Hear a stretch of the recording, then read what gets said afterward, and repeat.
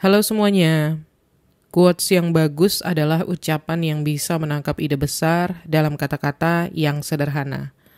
Mereka memberikan inspirasi, motivasi, dan semangat dengan cara yang mudah diingat. Kutipan tentang keuangan gak beda jauh. Quotes-quotes ini bikin kita melihat uang dari sudut pandang yang berbeda. Uang tuh bisa bikin hidup kita jadi lebih seru, ngasih barang-barang mewah, bahkan kadang-kadang bikin kita bahagia, tapi ya ada batasnya sih. Nah, di video kali ini, aku bakal share beberapa quotes tentang uang dan motivasi yang paling menginspirasi buat aku. Yang mana aku harap ini bakal bikin kalian lebih kaya, minimal secara mental. Oke, quotes yang pertama dari Epictetus, yang bilang bahwa kekayaan itu bukan punya banyak barang, tapi punya sedikit keinginan. Memiliki sedikit keinginan barangkali lebih baik buat kita supaya kita bisa lebih fokus dan lebih mudah mencapai apa yang benar-benar penting buat kita. Karena ketika kita punya banyak keinginan atau terlalu banyak hal yang ingin dicapai, kita bisa jadi terlalu terbebani atau terpecah fokus, yang akhirnya menghambat pencapaian tujuan utama kita. Soalnya, apa artinya punya banyak barang kalau kita nggak bisa mencapai tujuan kita? Punya banyak barang atau kekayaan material seringkali disamakan dengan kebahagiaan. Tapi kenyataannya, banyak orang kaya yang tetap merasa kosong atau nggak bahagia sama hidupnya. Karena terus mengejar hal-hal eksternal yang nggak memberi kepuasan batin buat dia. Kekayaan sejati menurut Epictetus adalah kedamaian batin dan kepuasan dengan apa yang kita miliki, bukan pada banyaknya barang atau kekayaan material yang kita kumpulkan. Orang yang merasa cukup dan puas dengan apa yang dimilikinya akan merasa lebih kaya dibandingkan dengan mereka yang terus-menerus merasa kurang dan mengejar lebih banyak barang.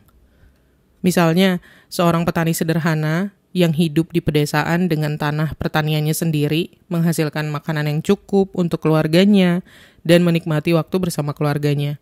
Dia mungkin memang gak punya banyak uang, tapi dia merasa cukup dan bahagia.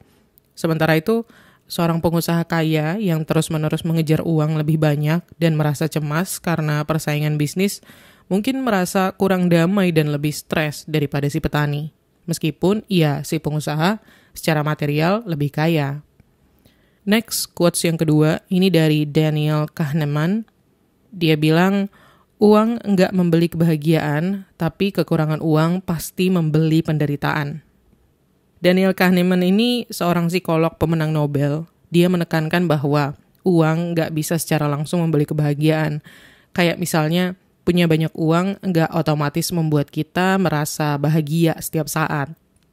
Tapi kalau kita nggak punya cukup uang, itu bisa menimbulkan stres dan kesulitan yang besar buat kita. Seperti misalnya kesulitan memenuhi kebutuhan dasar, kayak makan, tempat tinggal, dan kesehatan.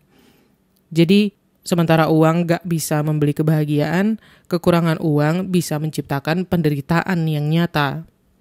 Nah, di sisi lain, kita tahu bahwa kebahagiaan itu intinya adalah kita merasa puas bersama orang-orang yang kita suka dan menghabiskan waktu bareng mereka.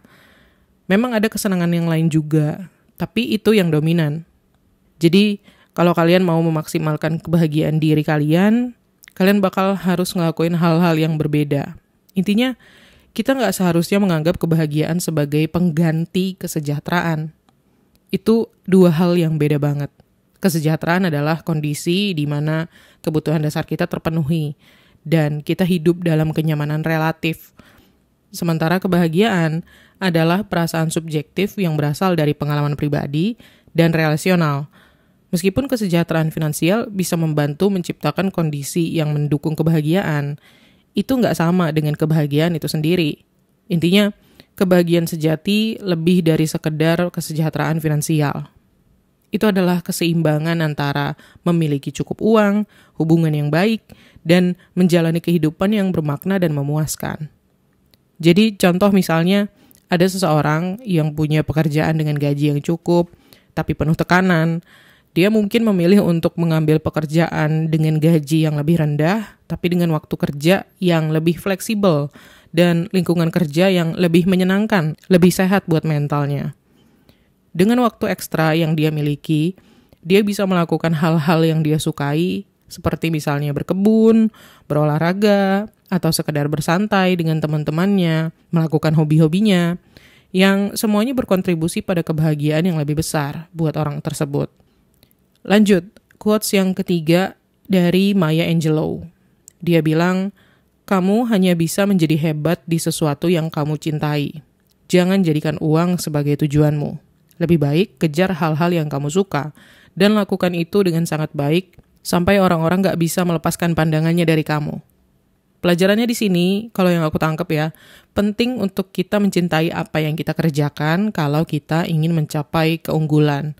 Ketika kita melakukan sesuatu yang kita cintai, kita cenderung lebih bersemangat, tekun, dan kreatif. Rasa cinta terhadap pekerjaan membuat kita nggak mudah menyerah meskipun menghadapi tantangan. Tapi sebaliknya, kalau kita melakukan sesuatu hanya demi uang, kita mungkin kehilangan motivasi begitu tantangan muncul. Atau ketika pekerjaan tersebut menjadi monoton atau membosankan.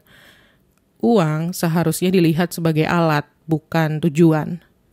Ketika uang menjadi satu-satunya motivasi, kita berisiko merasa gagal kalau nggak mencapai jumlah yang kita inginkan, atau merasa hampa setelah mencapainya karena nggak ada kepuasan yang lebih mendalam. Dan kalau belum dapat, belum tentu itu membawa kebahagiaan untuk kita. Misalnya, ada seseorang yang memilih karir di dunia perbankan hanya karena gajinya tinggi, meskipun dia sebenarnya lebih suka untuk menulis atau pekerjaan yang berkaitan dengan seni. Meskipun dia bisa mencapai posisi tinggi dan mendapatkan banyak uang, ada kemungkinan besar dia merasa stres, nggak bahagia, dan kosong karena dia nggak melakukan sesuatu yang benar-benar dia cintai. Lanjut, quotes yang keempat, ini dari William A. Ward. Sebelum bicara, dengarkan. Sebelum menulis, berpikir. Sebelum belanja, cari uang. Sebelum investasi, riset dulu. Sebelum memberikan kritik, sabar. Sebelum berdoa, maafkan. Sebelum menyerah, coba lagi. Sebelum pensiun, menabung. Sebelum mati, memberilah. Cukup panjang ya quotes-nya. Tapi intinya, quote ini mengingatkan kita untuk gak bertindak impulsif atau terburu-buru dalam melakukan sesuatu.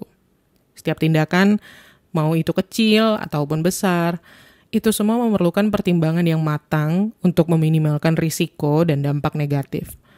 Dengan mengambil waktu untuk mendengar, berpikir, dan merencanakan, kita bisa menghindari keputusan yang terburu-buru dan gak efektif.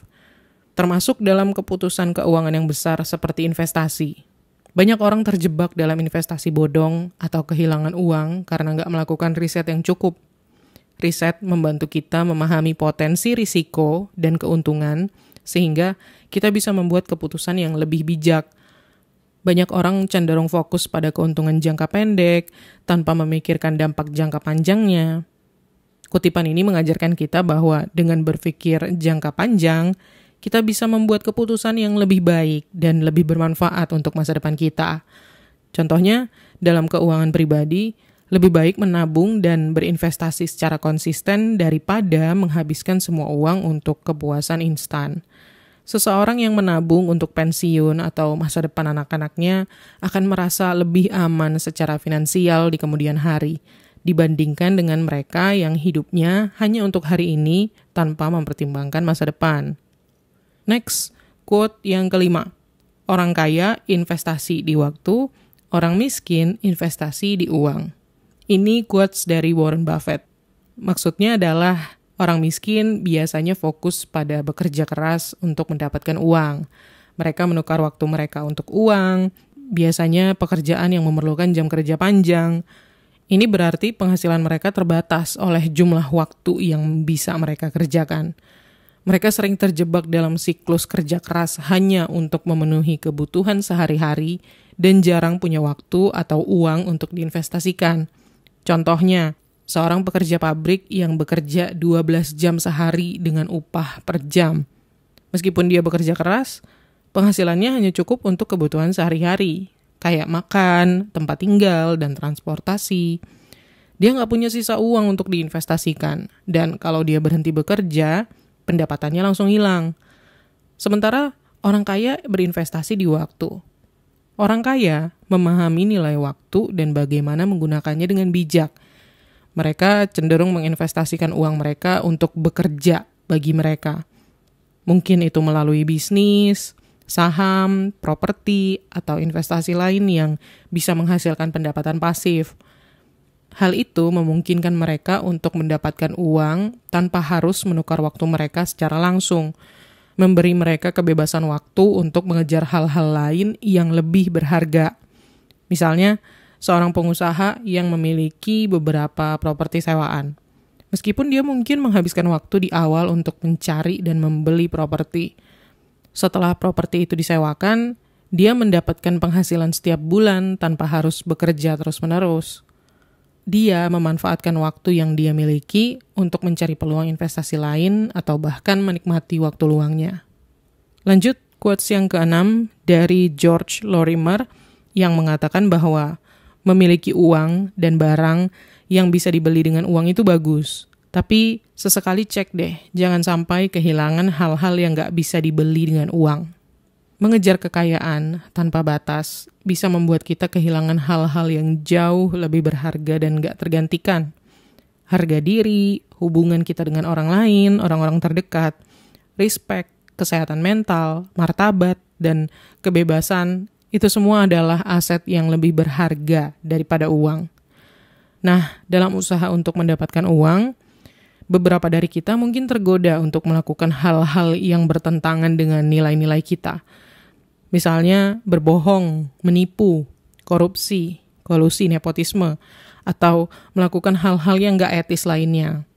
Meskipun tindakan tersebut mungkin mendatangkan uang bagi kita, tapi kita bisa kehilangan harga diri kita dan integritas kita. Contoh, seorang karyawan yang memalsukan laporan keuangan demi bonus besar mungkin merasa kaya secara finansial dalam jangka pendek. Tapi ketika kebohongannya terungkap, dia bisa kehilangan pekerjaannya, kehilangan reputasinya, dan kehilangan rasa hormat dari kolega maupun keluarganya. Pada akhirnya, uang yang didapatkan gak sebanding dengan kerugian jangka panjang terhadap harga dirinya. Selain itu juga, seringkali kita terobsesi dengan karir dan kekayaan, sampai-sampai mengorbankan waktu dengan keluarga dan teman-teman kita. Akibatnya apa? Hubungan kita dengan orang lain jadi renggang atau bahkan putus karena kurangnya waktu dan perhatian. Bahkan ketika mengejar kekayaan, beberapa dari kita bisa terjebak dalam tindakan ilegal atau nggak bermoral yang berisiko menghancurkan kebebasan kita, seperti masuk penjara atau kehilangan hak-hak tertentu. Seseorang yang terlibat dalam skema penipuan investasi mungkin berhasil mengumpulkan banyak uang dalam waktu singkat, tapi ketika kejahatannya terungkap, dia bisa ditangkap dan dipenjara. Kehidupan di balik jeruji besi, hilangnya martabat, dan distigmatisasi sosial adalah harga yang sangat mahal yang nggak bisa ditebus oleh uang. Sayang banget kan, karena hal-hal yang dipertaruhkan ketika mengejar uang itu biasanya nggak bisa dibeli lagi. Oleh karena itu, penting untuk menjaga keseimbangan dalam hidup kita, memastikan bahwa kita nggak mengorbankan hal-hal yang nggak bisa dibeli kembali dengan uang demi mendapatkan kekayaan materi. Setiap keputusan finansial sebaiknya dipertimbangkan dengan memikirkan dampak jangka panjang pada aspek-aspek kehidupan ini. Next, quotes yang ke-7, ada perbedaan besar antara punya banyak uang dan menjadi kaya. Itu kata-katanya Marlene Dietrich. Memiliki banyak uang nggak sama dengan menjadi kaya. Kaya bukan hanya tentang berapa banyak uang yang kita miliki, tapi juga tentang bagaimana kita mengelola uang tersebut dan bagaimana uang itu memengaruhi kualitas hidup kita. Kaya itu lebih berhubungan dengan rasa keamanan finansial, rasa kebebasan, dan kemampuan untuk menikmati hidup tanpa stres berlebihan tentang uang. Misalkan ada seseorang yang menerima bonus 10 juta rupiah dari pekerjaannya. Bagi sebagian orang mungkin ini kelihatan sebagai jumlah yang besar ya. Tapi kalau orang tersebut menghabiskan uangnya untuk hal-hal yang bersifat konsumtif seperti belanja barang mewah atau liburan tanpa menabung atau berinvestasi, maka uang itu akan cepat habis.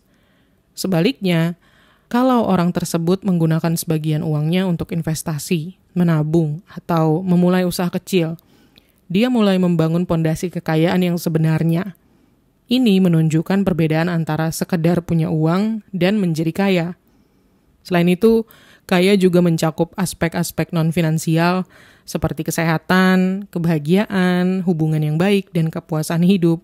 Banyak orang yang punya harta berlimpah, tapi merasa miskin karena mereka nggak punya waktu untuk keluarga, merasa nggak sehat, atau nggak bahagia dalam hidupnya.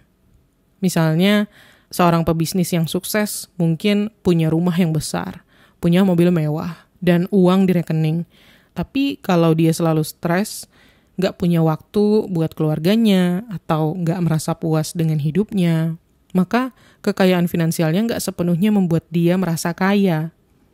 Di sisi lain, seseorang yang hidupnya sederhana, tapi merasa sehat, punya hubungan yang baik dengan orang-orang di sekitarnya, dan merasa puas dengan hidupnya, bisa merasa jauh lebih kaya. Lanjut, quotes yang ke-8 dari Edmund Burke. Kalau kita mengatur kekayaan kita, kita akan kaya dan bebas. Kalau kekayaan yang mengatur kita, kita benar-benar miskin. Nah, Burke ini menekankan bahwa ada perbedaan mendasar antara memiliki kendali atas kekayaan dan dikuasai oleh kekayaan. Ketika kita yang mengatur uang kita, mengatur kekayaan kita, itu artinya kita menggunakan uang sebagai alat untuk mencapai tujuan hidup kita. Seperti kebebasan, keamanan, atau kesempatan untuk membantu orang lain misalnya. Sebaliknya, kalau kekayaan yang mengatur kita, artinya kita membiarkan uang mendikte keputusan, gaya hidup, dan bahkan nilai-nilai kita. Misalnya, seseorang yang selalu bekerja lembur tanpa henti hanya demi mengejar lebih banyak uang, seringkali mengorbankan waktu dengan keluarga, kesehatan, dan kebahagiaan pribadi. Ini menunjukkan bahwa dia sudah dikendalikan oleh kekayaan. Sebaliknya, orang yang punya cukup uang dan memilih untuk menghabiskan waktu berkualitas dengan keluarganya atau melakukan kegiatan yang dia sukai, menunjukkan bahwa dia mengendalikan kekayaannya. Ketika kita dikendalikan oleh kekayaan, kita sering mengalami berbagai dampak negatif seperti stres, kelelahan, dan ketidakpuasan dalam hidup. Kekayaan yang mengendalikan seseorang dapat menyebabkan keputusan yang buruk, seperti investasi berisiko tanpa pertimbangan yang matang, pengeluaran berlebihan, dan gaya hidup yang gak berkelanjutan. Contoh, seorang selebriti yang terkenal kaya tapi terus-menerus mengalami masalah keuangan dan skandal mungkin memiliki banyak uang. Tapi jika dia selalu mengejar lebih banyak uang tanpa pengelolaan yang baik, dia nggak benar-benar kaya dalam artian yang sesungguhnya. Kekayaan yang dimilikinya justru menjadi sumber masalah, bukan kebebasan. Lanjut, quotes yang ke-9 dari Warren Buffett yang mengatakan bahwa semakin banyak kamu belajar, semakin banyak yang kamu dapatkan. The more you learn, the more you earn. Ini yang favorit aku banget sih. Karena aku rasa kalimat ini sepenuhnya benar, tapi nggak selalu berarti tentang uang. Saat kita belajar, kita nggak hanya menambah pengetahuan teoritis, tapi juga keterampilan praktis. Pengetahuan baru bisa membuka pintu kesempatan yang sebelumnya tertutup, sementara keterampilan baru meningkatkan kemampuan kita untuk bersaing dalam pekerjaan atau menjalankan bisnis. Misalnya, seseorang yang belajar coding di waktu luangnya akan mendapatkan keterampilan yang sangat berharga di era digital saat ini. Meskipun awalnya dia nggak belajar untuk mendapatkan uang, keterampilan coding tersebut bisa membuka peluang pekerjaan baru dengan gaji yang lebih tinggi buat dia, atau bahkan memungkinkan dia untuk memulai usaha sendiri di bidang teknologi. Dengan kata lain, investasi waktu untuk belajar coding bisa mengarah pada keuntungan finansial dan kebebasan karirnya. Selain itu, setiap kali kita belajar sesuatu yang baru, kita sebenarnya sedang menambah nilai diri kita. Ini membuat kita lebih kompetitif, lebih dihargai, dan lebih siap menghadapi tantangan di masa depan. Belajar nggak hanya menambah pengetahuan, tetapi juga menambah kepercayaan diri kita, karena kita lebih siap dan memiliki banyak opsi untuk mengambil keputusan. Contoh, kalau kalian seorang karyawan yang terus mengembangkan keterampilan baru, seperti misalnya leadership atau kepemimpinan, atau komunikasi yang efektif. Kalian gak hanya meningkatkan peluang promosi, tapi juga kemampuan untuk menangani berbagai situasi sulit di tempat kerja kalian. Akhirnya, ini juga bisa mengarah pada kenaikan gaji atau kesempatan bekerja di perusahaan yang lebih baik. Jadi, investasi waktu dan energi dalam belajar selalu membawa hasil buat kita, meskipun mungkin nggak selalu terlihat dalam bentuk uang. Next, quotes yang ke-10 dari Henry Ford yang mengatakan, jika uang adalah harapanmu untuk merdeka, kamu nggak bakal pernah mendapatkannya. Satu-satunya keamanan sejati yang bakal kamu punya di dunia ini adalah cadangan pengetahuan, pengalaman, dan kemampuan. Kebanyakan dari kita berharap bisa hidup tanpa kesalahan, tapi kesalahan adalah bagian penting dari proses belajar kita. Memiliki kemampuan untuk belajar dari kesalahan, baik itu kesalahan pribadi atau yang dilihat dari orang lain, memberikan kita pelajaran berharga yang bisa kita gunakan untuk menghindari masalah di masa depan. Contoh, bayangkan seorang investor yang kehilangan uangnya di pasar saham karena kurangnya riset. Daripada menyerah, dia memutuskan untuk mempelajari apa yang salah, mengambil kursus tentang investasi, dan berlatih dengan akun simulasi. Pengalaman pahit tersebut menjadi pelajaran berharga yang membantunya membuat keputusan investasi yang lebih cerdas di masa depan. Selain itu, Ford juga menekankan bahwa kemampuan adalah dasar dari kemandirian finansial. Ini berarti memiliki keterampilan dan pengetahuan yang memungkinkan kita untuk nggak bergantung sepenuhnya pada orang lain atau kondisi eksternal untuk menghasilkan pendapatan.